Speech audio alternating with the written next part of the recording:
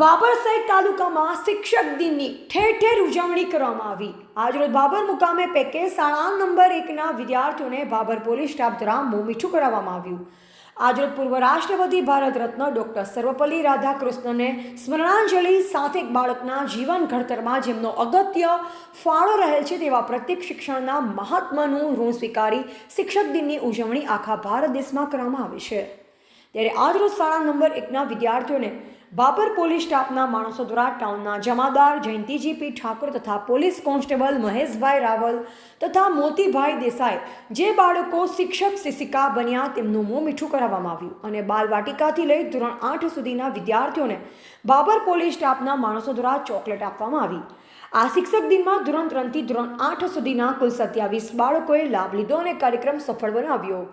અહેવાલ ગોપાલ પૂજારા, સવન ભારત ન્યૂઝ, બાબર, બનાસકાંઠા।